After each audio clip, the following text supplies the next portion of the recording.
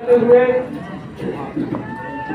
आज इस कार्यक्रम के मुख्य अतिथि विशिष्ट अतिथि सभी को मेरे तरफ से हार्दिक अभिनंदन और वंदन करता हूं। साथियों, समय को ध्यान में रखते हुए हम अपनी बात को बहुत ही शॉर्ट में रखना चाहेंगे, इसलिए मैं एक साथ ही सभी मुख्य अतिथि और विशिष्ट अतिथि साथियों का अभिनंदन और वंदन करना चाहूंगा। भारत के 10,000 साल के इतिहास में, भारत के 10,000 साल की सभ्यता में 26 नवंबर 1949 का दिन वो पहला दिन था जब भारत लोकतांत्रिक और संवैधानिक राज्य बना। भारत के 10,000 साल के इतिहास में कई बार उतार चढ़ाव आए, लेकिन भारत कभी भी लोकतांत्रिक और संवैधानिक भारत नहीं था। 26 नवंबर 1949 से पहले 26 नवंबर 1949 का वो दिन पहला दिन था जब भारत पूरी तरह से संवैधानिक भारत और लोकतांत्रिक भारत बना।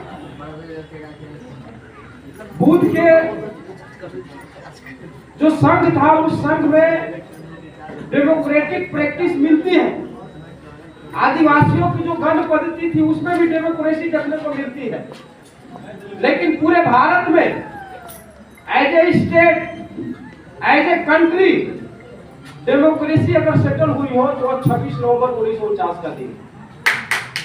इसलिए हमारे लिहाज से जितना महत्व 15 अगस्त का है, जितना महत्व 26 जनवरी का है, उससे ज्यादा महत्व 26 नवंबर 1949 का है, यानी संविधान दिवस का।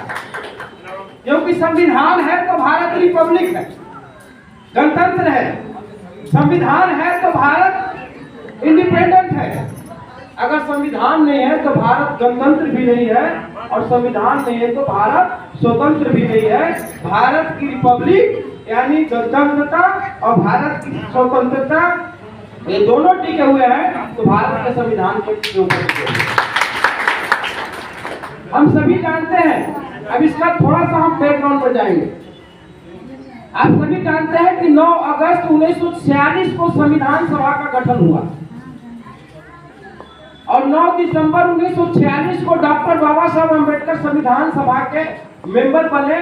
9 अगस्त 1946 को बाबा साहब अम्बेडकर, जो आज बांग्लादेश में है, जो एक समय पाकिस्तान में हुआ करता था, खुलना, जैसलमेर, बोरीशान और फरीदपुर से चुनकर संविधान सभा में पहुंचे थे। 14 जुलाई 1947 को बाबा साहब अम्बेडकर दोबारा संविधान सभा में चुनकर आए बॉम्बे से। जब पाकिस्तान का बंटवारा होने से 1947 में बाबा साहब की सदस्यता पाकिस्तान में चली गई, तो बाबा साहब अम्बेडकर को संविधान सभा में बने रहने के लिए दोबारा संविधान सभा में जाने कॉन्स्टिट्यूएंट असेंबली का मेंबर बने की जरूरत थी, इसलिए दोबारा बॉम्बे से चुनाव लड़ना पड़ा। और 9 अगस्त 1946 से लेकर 26 नवंबर 1949 तक अगर हम देखें तो टोटल जो है 2 साल 11 महीने 17 दिन होते हैं। 9 अगस्त 1946 से लेकर 26 नवंबर 1949 तक। लेकिन बाबा साहब अम्बेडकर जिस ड्राफ्टिंग कमेटी के चेयरमैन थे, अभी हम लोग के गुरु हरि यादव सर बोले थे कि ड्राफ्टिंग कमेटी जिसके चेयरमैन बाबा साहब अम्बेडकर थे, जिसमें 7 सदस्य थे। लोग कहते हैं कि 2 साल 11 महीना 17 दिन भारत को संविधान को लिखने में लगे। ये बहुत लंबा समय क्यों लगा? लेकिन जिस ड्राफ्टिंग कमेटी के चेयरमैन बाबा साहब अम्बेडकर है, उन्होंने मात्र 141 दिन का ही समय लिया था। ड्राफ्टिंग कमेटी का जो पीरियड है वो 31 अगस्त 1947 को शुरू हुई। बाबा साहब अम्बेडकर 31 अगस्त 1947 को ड्राफ्टिंग कमेटी के चेयरमैन बने और अक्टूबर में ड्राफ्टिंग कमेटी का पीरियड शुरू होता है। तब से लेकर संविधान क्या हुआ देहाती सर, तब से लेकर 26 नवंबर 1949 तक यानी 4 महीने 20 दिन यानी टोटल 141 दिन का समय बाबा साहब अम्बेडकर ने दिया।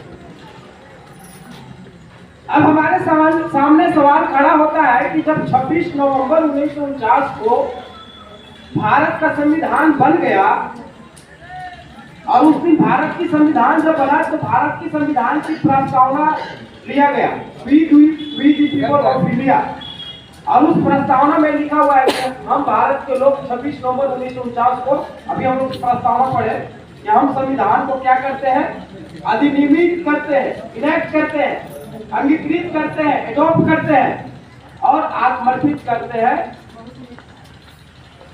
आत्मर्पित करते हैं। तो एक चीज एक जो है संविधान का साथी बैकग्राउंड है।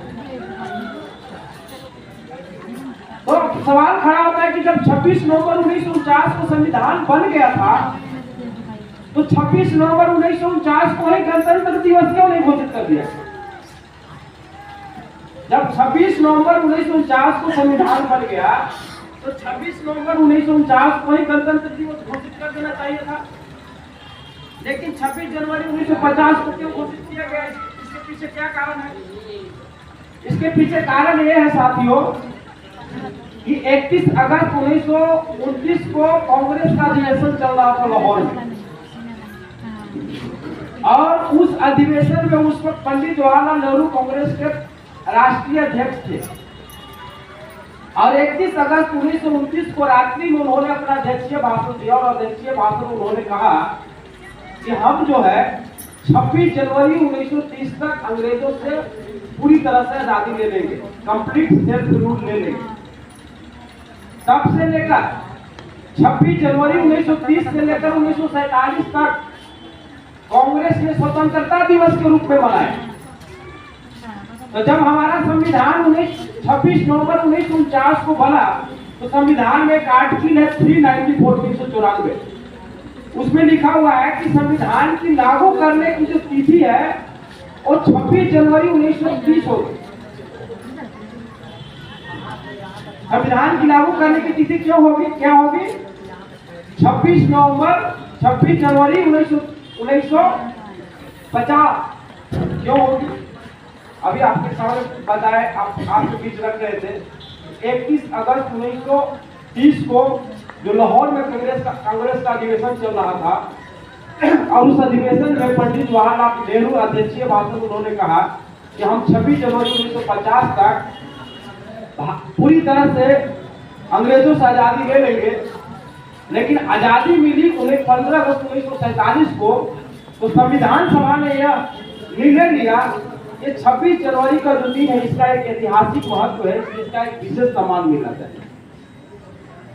26 जनवरी के दिन को विशेष सम्मान मिलना चाहिए, इसलिए जो संविधान 26 नवंबर 1949 को बनकर पूरी तरह से तैयार हो गया था, उसको लागू करने की तिथि 26 जनवरी 1950 को रखा गया। लेकिन 26 नवंबर 1949 को पूरी तरह से संविधान पूरा लागू नहीं हुआ था। 395 आर्टिकल में से मात्र 15 आर्टिकल ही 26 नवंबर 1949 को लागू हुए। कौन कौन से आर्टिकल है? यहाँ पे वकील लोग बैठे हुए हैं। एक आर्टिकल है 5 से लेकर 9 तक, जिसको बोलते हैं नागरिकता का, सिटीजनशिप का, वो आर्टिकल लागू हुआ। फिर उसके बाद देश में चुनाव होने वाले थे तो इलेक्शन कमीशन का जो हिस्सा था वो आर्टिकल लागू हुआ। तो मात्र 15 आर्टिकल जो है 26 नवंबर 1949 को लागू हुए, और पूरा जो संविधान है वो 26 जनवरी 1950 को लागू हुआ। अभी आपके सामने सर बता रहे थे कि संविधान में 22 भाग है, 395 आर्टिकल्स है, और जब बना था तब इसमें 8 शेड्यूल थे, और यानी अनुसूची। अभी इसमें 12 अनुसूची है, और जिस हम 395 आर्टिकल्स की बात करते हैं वो बढ़ते बढ़ते अभी 448 आर्टिकल हो गए। गिनती के हिसाब से आज भी 395 ही है, लेकिन जो आफ्टर कॉन्स्टिट्यूशन अमेंडमेंट, जो संविधान में बार बार जो अमेंडमेंट हुए, उस अमेंडमेंट को जैसे जो 1, 2 और ए और बी करके क्लास और जो सब क्लास जुड़ा, उससे इसकी संख्या बढ़ते बढ़ते 448 हो गई। तो ये संविधान की बैकग्राउंड है। अब आप लोग के बीच हमारे साथी लोग ये बात रख रहे थे कि हमारा संविधान दुनिया का सबसे अच्छा संविधान है। भारत का संविधान दुनिया की सबसे बेस्ट कॉन्स्टिट्यूशन है। और सबसे अच्छा संविधान कैसे है? हम अपने देश के संविधान को सबसे अच्छा संविधान क्यों माने? साथियों, भारत के संविधान में 8-10 चीजें आपको ऐसी मिलेंगी जो दुनिया के किसी भी देश के संविधान में एक साथ इतनी चीजें नहीं मिलेंगी। पहला चीज क्या है? पहला चीज है भारत का संविधान की प्रस्तावना। जब आप भारत की संविधान की प्रस्तावना को उठाएंगे तो आपको इसमें 5 स्वर्णिम सिद्धांत है। क्या है 5 स्वर्णिम सिद्धांत? समता, स्वतंत्रता, बंधुता, न्याय और मानव की गरिमा, जिसको हम अंग्रेजी में कहते हैं equality, liberty, fraternity, justice and dignity of individual.